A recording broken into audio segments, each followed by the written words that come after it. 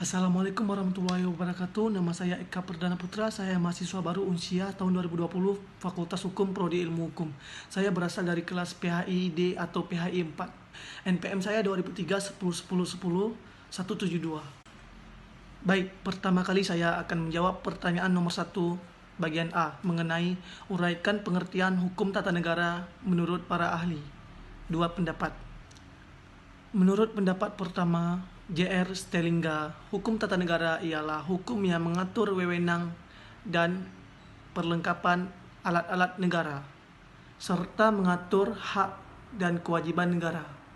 Dan pendapat kedua, menurut J. Maurice, hukum tata negara adalah salah satu cabang hukum privat yang mengatur organisasi dan berfungsi sebagai politik lembaga negara. Pertanyaan yang B ialah uraikan asas-asas yang terdapat pada hukum tata negara. Di dalam hukum tata negara terdapat 5 asas. Yang pertama asas Pancasila, yang kedua asas kedaulatan rakyat, yang ketiga asas negara hukum, yang keempat asas pembagian kekuasaan, dan yang kelima adalah asas negara kesatuan. Pengertian asas pertama, Pancasila sebagai landasan negara dan sebagai filsafah hidup bangsa.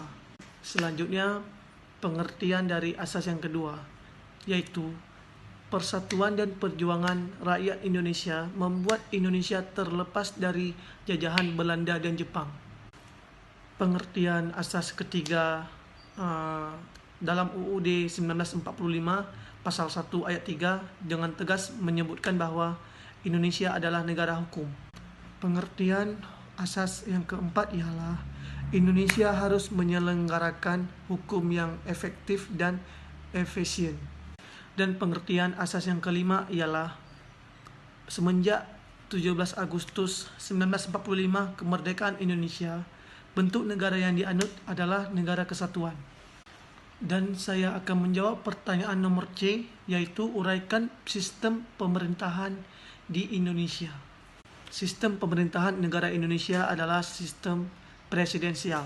Presidensial adalah sistem negara yang dipimpin oleh presiden.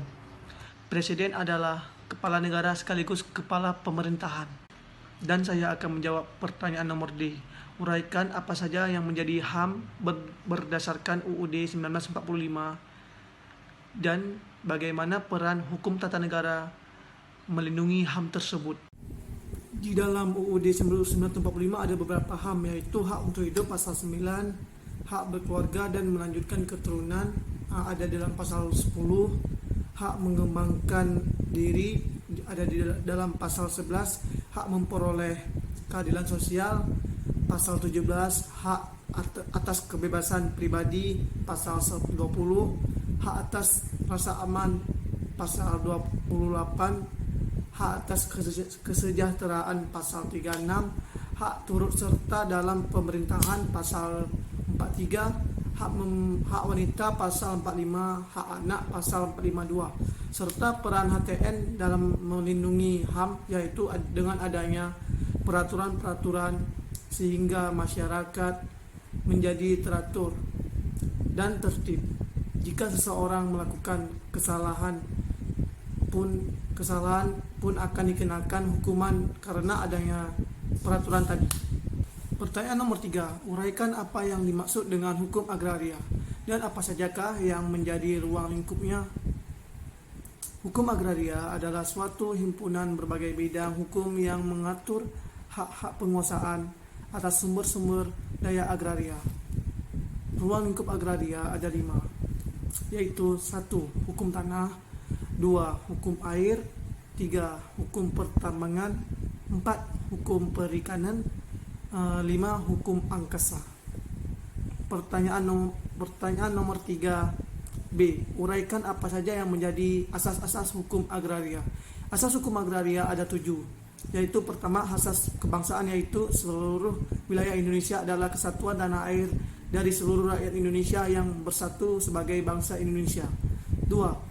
Asas hak penggunaan negara. 3. Asas pengakuan hak wilayah. 4. Asas fungsi sosial, yaitu semua hak atas tanah memiliki fungsi sosial. 5. Asas persamaan derajat sesama WNI. 6. Asas land reform, yaitu larangan menguasai tanah yang melampaui batas. 7. Asas land use planning, yaitu penggunaan tanah sesuai fungsinya.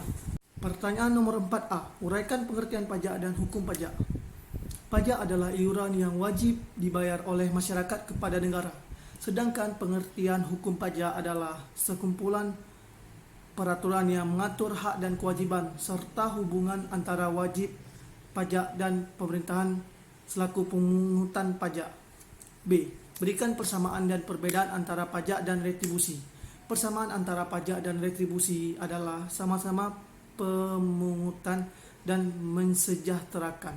Sedangkan perbedaannya, kalau pajak dikumpulkan oleh pemerintahan pusat dan digunakan untuk membayar APBN negara, sedangkan retribusi adalah orang yang membayar yang mendapat manfaat atas jasa tersebut. Contohnya tukang parkir. C. Uraikan pengertian hukum ketenagakerjaan. Hukum ketenagakerjaan merupakan bidang hukum privat yang memiliki aspek publik, karena meskipun hubungan kerja dibuat berdasarkan kebebasan para pihak, namun terdapat jumlah ketentuan yang wajib tunduk pada ketentuan pemerintahan dalam artian hukum publik. D. Uraikan apa yang dimaksud dengan hubungan industrial dan sebutkan para pihak atau sarana dalam hubungan industrial tersebut. Hubungan industrial adalah hubungan semua pihak yang terkait atau berkepentingan atas proses produksi barang atau jasa di suatu perusahaan. Pihak yang berkepentingan dalam setiap perusahaan, penguasa atau memegang saham yang sehari-hari diwakili oleh pihak manajemen. Sarana dalam hubungan industrial ada 8 sebagai berikut. 1. Serikat pekerjaan atau serikat buruh. 2. Organisasi perusahaan. 3. Lembaga kerjasama bipartit. 4. Lembaga kerjasama tripartit. 5. Peraturan perusahaan. 6. Kesepakatan kerja bersama. 7. Penyelesaian perselisihan industrial. 8. Penyuluhan dan permasyaratan hubungan industrial Pancasila. Bila Anda menjadi pejabat pemerintah, bagaimana strategi atau kebijakan yang akan Anda ambil sehingga kepentingan pekerja, pengusaha, peningkatan perekonomian, kelestarian SDA dapat berjalan beriringan? Strategi yang akan saya ambil jika saya menjadi pejabat pemerintahan yaitu melakukan bermacam cara untuk pemenuhan berbagai faktor pendukung bagi pertumbuhan ekonomi dan penyerapan tenaga kerja, khususnya percepatan pembangunan infrastruktur baik fisik maupun non-fisik, pengembangan sektor ekonomi potensial yang berdaya saing tinggi dengan mengoptimalkan pemanfaatan teknologi dan informasi digital.